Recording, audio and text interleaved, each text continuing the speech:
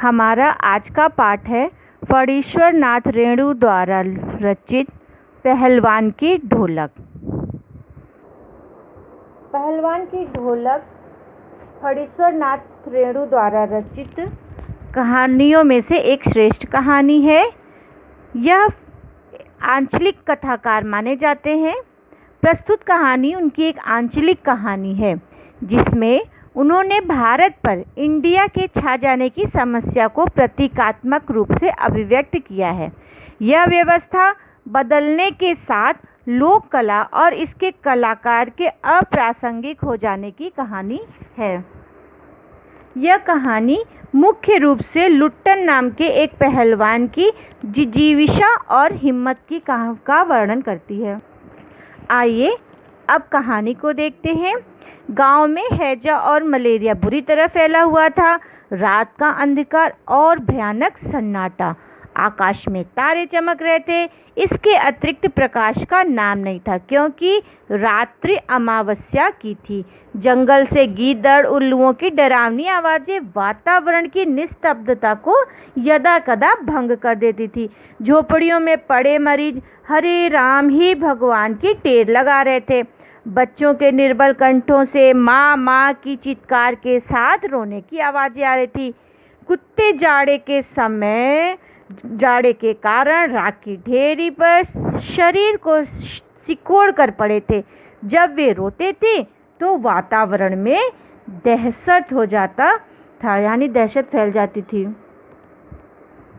ऐसे भयानक वातावरण में भी लुट्टन पहलवान की ढोलक निरंतर यानी लगातार बजती रहती थी। दिन हो या रात ढोलक की आवाज़ चढ़ा गिरधा अर्थात आजा भिड़ जा, बीच बीच में चटाक चढ़ा यानी उठाकर पटक दे। यह आवाज़ मृतक जैसे गांव में संजीवनी भरती थी। जिले भर के लोग लुट्टन पहलवान के नाम से परिचित थे। यह अलग बात थी कि होल इंडिया की सीमा शायद लुट्टन के लिए एक जिले की सीमा के बराबर ही हो, क्योंकि जिले भर के लोग ही उसको जानते होंगे, अवश्य उससे परिचित होंगे।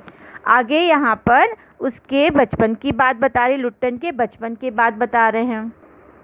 इस पैराग्राफ में यह बताने की कोशिश कर रहे हैं कि लुट्टन की शादी बचपन में ही हो गई थी। जब वह 9 वर्ष का था तब माता पिता की मृत्यु हो गई, अतः उसका लालन पालन उसकी सास ने किया। बचपन में वह गाय चराता, धारोष्ण दूध पीता। धारोष्ण मतलब कि सीधे गाय के थन से ही धार से वो गर्म दूध ही पी लेता था और कसरत किया करता था।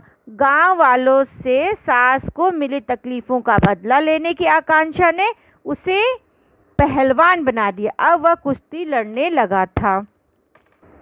एक बार लुट्टन श्यामनगर में होने वाले दंगल को देखने गया, यानी श्यामनगर में मेला लगता था, वहाँ पर दंगल को देखने चला गया। वहाँ पे जो दंगल होता था उसको देखने चला गया। दंगल में पंजाब से अपने गुरु पहलवान बादल सिंह के साथ चांद सिंह नाम का एक पहलवान भी आया था।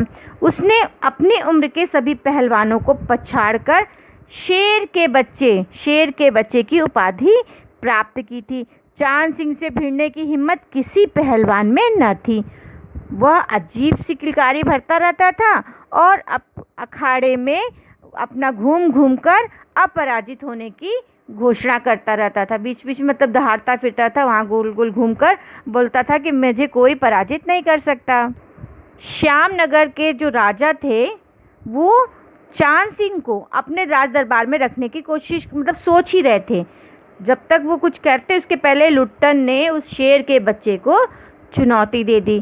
चांद सिंह पहले तो किंचित उसकी स्पर्धा पर मुस्कुराया, मतलब वो सोचा कि हमको कोई तो हरा नहीं सकता, लेकिन इस बात पर उसके बुलाने पर वो थोड़ा सा पहले मुस्कुराया और फिर बाज की तरह उस पर टूट पड़ा। राजा ने भी उसको बुलाकर बोला कि मत करो, ये लो 10 रुपए का नोट दिया और बोला जाकर मेला देखो और घर जाओ, इससे युद्ध कुश्ती मत करो। लेकिन वह नहीं मानता और वो बोलता है नहीं सरकार, हम तो लड़ेंगे। सब उसको बोलते हैं कि तुम पागल हो। मैनेजर से लेकर सिपाही तक ने सबने उसको धमकाया कि देह में गोश्त नहीं, लड़ने चला है शेर के बच्चे से। मतलब कि महाराज इतना समझा रहे हैं तो तुम लड़ाई छोड़ दो, मत लड़ो। दुहाई सरकार, वह हाथ जोड़कर गिर गया था। मतलब वो लड़ने के लिए परेशान था, कुश्ती करना चाह रहा था। लुट्टन के बार बार मांगने पर आज्ञा मांग रहा था कि उससे युद्ध कर सके, कुश्ती लड़ सके। तो इसके लिए राजा ने पहले तो मना कर दिया, लेकिन जनता भी अधीर हो रही थी। पंजाबी पहलवान की जो जमायत यानी जो लोग थे वो भी पागल हो रहे थे क्रोध में और लुट्टन को गालियां दे रहे थे। दर्शकों की मंडली उत्तेजित हो रही थी और सब लोग बार बार बोल रहे थे लड़ने दिया जाए, लड़ने दिया जाए। इसलिए विवश होकर राजा ने आज्ञा दे दी कि लड़ो भाई, तुम जाकर कुश्ती लड़ लो। राजा की आज्ञा देते ही दर्शकों में उत्तेजना फैल गई, कोलाहल बढ़ गया। सब लोग उस कुश्ती को देखने के लिए इकट्ठे हो गए। लुट्टन को चांद ने कसकर दबा दिया और दर्शकों ने तालियां बजाई। हलवा हो जाएगा हलवा, मतलब कि चांद उस लुट्टन को दबाकर उसका चटनी ही बना देगा। लेकिन ढोल की आवाज़ बज रही थी। लुट्टन को गर्दन में पर केहूनी डालकर चांद से चित करने की कोशिश कर रहा था और चांद सिंह का जो गुरु था उसको अपने शिष्य को बहुत उत्साहित कर रहा था। लुट्टन की आंखें बाहर को आ रही थी और वो लग रहा था कि अब तो वह उससे पराजित हो ही जाएगा। तभी अचानक ढोल की एक पतली आवाज़ उसे सुनाई देती है। ऐसे समय में अचानक लुट्टन को ढोल की एक पतली आवाज़ सुनाई दी, धाक धीना तिरकट तीना, धाक धीना तिरकट तीना। ये एकदम स्पष्ट सुनाई दे रही थी और लुट्टन को क्या लग रहा था, दांव काटो बाहर आ जाओ, दांव काटो यानी कि दांव काट के उसको चित कर दो। और लुट्टन ने चांद के नीचे से निकलकर चांद की गर्दन पर कब्जा कर लिया। ढोल ने चटाक धा कहा यानी उठा पटक दे और लुट्टन ने चांद सिंह को जमीन पर दे मारा। ढोलक से जब और आवाज़ निकली तो उसे चारों खाने चित कर दिया। ढोलक के धा गिड़ गिड़ वाह बहादुर की ध्वनि से जनता ने माँ दुर्गा की, महावीर जी की, राजा श्यामानंद की, इन सब की जय जयकार की। इन सब की जय जयकार से पूरा आकाश गूंज उठा। पंजाबी पहलवानों की जो जमात थी वो चांद सिंह की आंखें पोंछ रही थी और लुट्टन को राजा ने केवल पुरस्कार ही नहीं दिया, अपने पास भी रख लिया।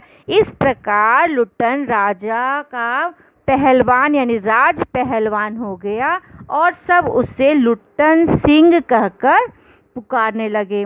लेकिन कुछ लोग इसका विरोध भी कर रहे थे, नियुक्ति का विरोध कर रहे थे। उनका तर्क था कि लुट्टन छत्री नहीं है। राजा ने तर्कों को खारिज कर दिया और लुट्टन के लिए सारी व्यवस्था कर दी। लुट्टन ने कुछ ही दिनों में सभी पहलवानों को आसमान दिखा दिया, जिसमें काला खान नाम का एक प्रसिद्ध पहलवान भी था। यानी कि लुट्टन ने सभी पहलवानों को हराकर अपना एक छत्र राज्य कायम कर लिया।